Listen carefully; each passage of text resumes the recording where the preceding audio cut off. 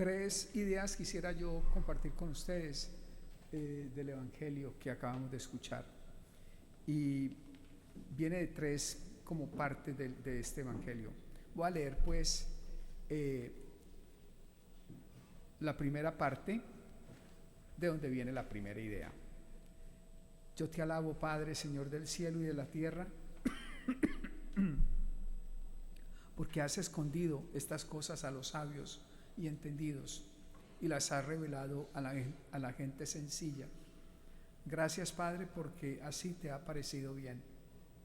Muy bien, entonces dice el Señor que el Padre ha decidido esconder ciertas cosas, estas cosas, dice, y no dice explícitamente a qué se refiere con estas cosas.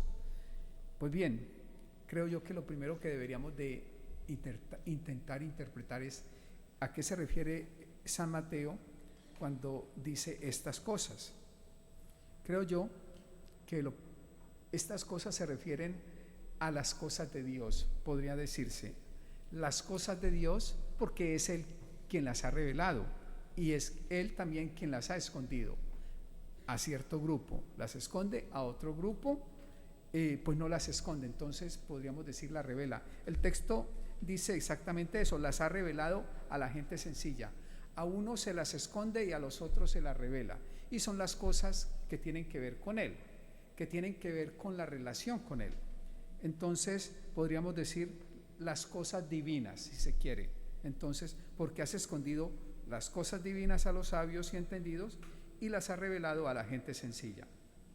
Bueno, lo primero entonces es eso. Lo segundo, ¿cómo entender sabios y entendidos? Porque algunos pueden malinterpretar el sabio y entendido como si fuera una apología o fuera una defensa, si se quiere, a la no intervención del intelecto en lo que tiene que ver con la relación con Dios. Me explico.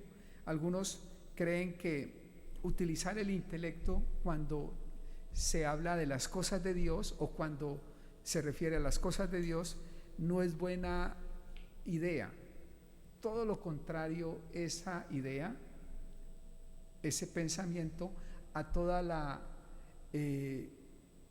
enseñanza católica y a toda la tradición católica, que la tradición católica y enseñanza católica dice precisamente que el intelecto tiene que usarse, y de hecho hay expertos católicos, sacerdotes y laicos también que se dedican a estudiar las cosas de Dios, son teólogos, son profesionales de la Biblia y profesionales de las cosas divinas. Entonces el utilizar el intelecto para nada está en contra de una mejor revelación de Dios. Entonces, ¿qué es lo que quiere decir sabios y entendidos? Es aquellos, en el contexto del Evangelio, es toda la élite religiosa. En nuestro contexto, podríamos decir, son aquellos que ven el intelecto y todo lo que tiene que ver con el estudio, quizás de manera orgullosa, prepotente, y entonces termina siendo el intelecto casi que el Dios. Es una idolatría entonces de la razón humana, y ahí es donde está el peligro, y ahí es donde puede venir entonces lo que dice el Evangelio. A esos que de manera orgullosa, prepotente, creen y utilizan el intelecto como el único acceso no solo a Dios, sino a todo lo que conocemos. A esos, las cosas de Dios, las cosas divinas, pues se le esconden, porque esa persona o ese grupo mira de manera prepotente la vida, y entonces no puede tener acceso a Dios, porque el acceso a Dios viene por la otra vía, por la vía que continúa. Las ha revelado esas cosas de Dios a la gente sencilla, y entonces inmediatamente tenemos que preguntarnos, ¿quiénes son esos sencillos? Pues son los humildes, los que reconocen ciertamente su limitación y reconocen que el tener acceso a Dios solo viene por la humildad, solo viene por la confianza en Dios, cosa que no tienen los prepotentes intelectuales. Y entonces quisiera terminar esta primera idea con una imagen, que es la imagen más sencilla, me parece a mí, y es la de un niño, que no entiende quizás el mundo donde vive y sus normas, y como no las entiende, entenderá quizás parte de esas normas y alguna de ellas, entonces entiende de manera parcializada el mundo. A medida que vaya creciendo, pues lo va entendiendo un poco más, pero eso también está aplicado para nosotros. Ni ustedes ni yo conocemos todo el mundo, ni todas las normas y reglas que rigen este universo. Imposible. Ni siquiera el gran científico las conoce algunas, pero conoce, y sobre todo si es un poco humilde, reconocerá que no sabe muchas. Es imposible. Y entonces cuando uno se ubica en esa perspectiva de ignorancia del mundo, como un niño no necesita ubicarse, sino que ya lo sabe implícitamente e intrínsecamente, entonces solo continúo con la imagen, ese niño lo único que encuentra para tener seguridad y poder navegar en este mundo, asirse, es decir, cogerse totalmente de la presencia de su padre o de su madre. Y entonces toda su seguridad depende de ese padre o esa madre para poder navegar en este mundo. Y entonces sabe que allí está seguro. Bueno, algo similar sucede con el cristiano. Nosotros navegamos en este mundo ignorando muchas cosas, preguntándonos unas tantas, ¿por qué sucedió esto? ¿Por qué aquello? Y sin tener respuesta a todas ellas o a muchas de ellas, a la mayoría de ellas diría. Entonces, lo único que nos queda es confianza total en Dios. Y entonces a esas personas que confían totalmente en Dios, ciertamente no de manera estúpida, porque no niegan la necesidad y la importancia del intelecto, sino de manera, de una manera, diría yo, humilde, sabiendo la limitación de su intelecto, entonces confía en su Padre, en el Padre Dios, y a esa persona Dios le revela todos sus misterios. Y evidentemente, aunque se los revele todos, no los entenderemos totalmente, porque nuestra cabeza pequeñita, por más grande que sea la nuestra, bueno, la mía, pues no puede contener todos los misterios divinos, imposible. Pero el Señor en su misericordia sí que la va revelando y me va dando y les va dando a cada uno de nosotros, nos va dando a cada uno de nosotros cierta posibilidad de entender algo, de mirar algo de las grandezas de su misterio en el mundo y en la vida personal. Entonces caminamos por la fe, como diría San Pablo. Eso es lo primero, me parece a mí muy importante. Entonces hay que tener una actitud sencilla y humilde ante la vida, ante el mundo.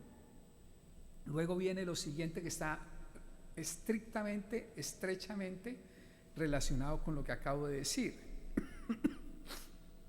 El Padre ha puesto todas las cosas en mis manos, todas las cosas en mis manos. Nadie conoce al Hijo sino el Padre, y nadie conoce al Padre sino el Hijo, y aquel a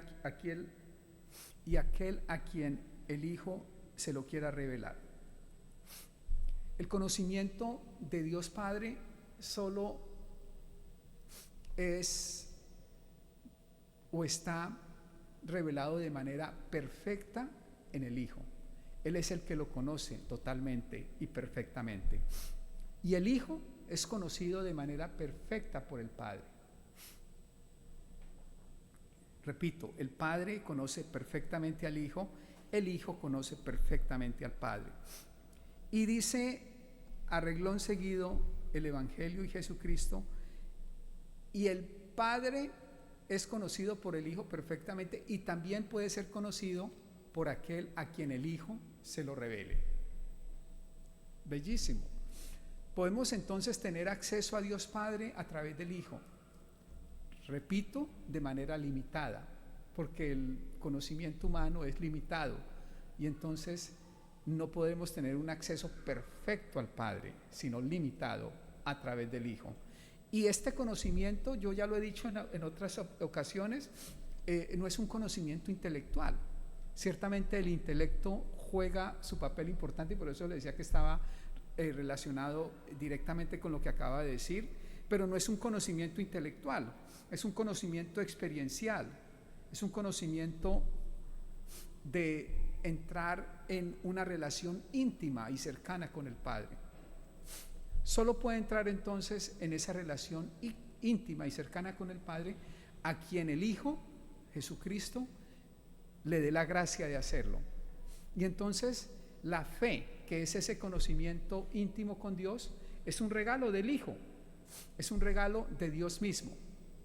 La fe, que es conocimiento de Dios, es un regalo de Dios mismo. Nadie y ningún ser humano podrá por sí mismo tener acceso a Dios y tener acceso a la fe. Solamente lo tenemos porque Dios mismo así lo quiere, porque Dios mismo así lo desea. Y entonces recordemos el Evangelio mismo que está en los tres sinópticos, que es Mateo, Lucas y Marcos, en los cuales están la profesión de fe de San Pedro. ¿Recuerdan? Y dice Jesús, cuando Pedro confiesa que Jesús es el Hijo de Dios vivo, Jesús dice inmediatamente después que nadie, ni la sangre, ni ningún ser humano pues le ha dado ese conocimiento a Pedro, sino el Padre que está en los cielos. Pues bien, el conocimiento de Dios es un conocimiento entonces que viene de Dios mismo. Y por tanto entonces el tener fe, el tener un encuentro con Dios, tiene que ser debería de ser el reconocimiento de nosotros los seres, de cada uno de nosotros los seres humanos.